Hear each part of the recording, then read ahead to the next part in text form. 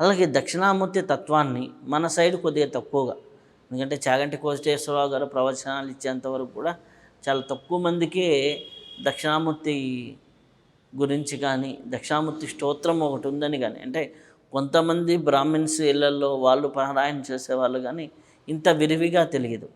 అసలుకి దక్షిణామూర్తి తత్వాన్ని ఎలా అర్థం చేసుకోవాలి?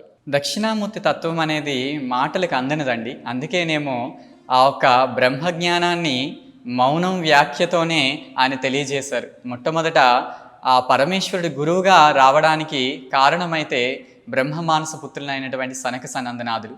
వీళ్ళు అనేక ఏళ్ల సాధనలో వాళ్ళు అనుకున్నారు. సో బ్రహ్మజ్ఞానాన్ని, ఆత్మజ్ఞానాన్ని తెలుసుకోవాలని వాళ్ళు వెతుకుతూ ఉంటే వాళ్ళకి ఆ జ్ఞానాన్ని అనుగ్రహింపడానికి ఒక యువకుడిగా ఆ ఒక దక్షిణామూర్తి మౌనంతోనే చిన్ముద్ర దారిగా వారికి ఆ ఆత్మజ్ఞానాన్ని బోధించారు. దక్షిణామూర్తి తత్వం అంతా కూడా మౌనతత్వమే.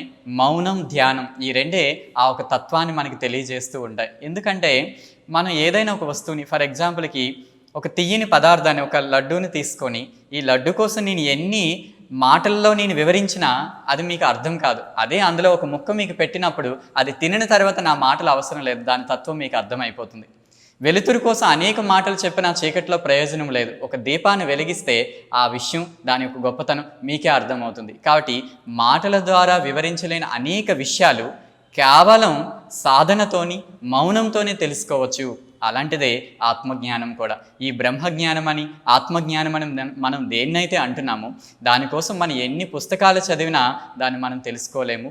కేవలం అది మీ యొక్క ఆత్మ సాధనతోని, మౌన ధ్యానంతోని మాత్రమే ఆ ఒక స్థితికి మీరు చేరుకోగలరు అనేది ఆ ఒక దక్షిణామూర్తి యొక్క తత్వం.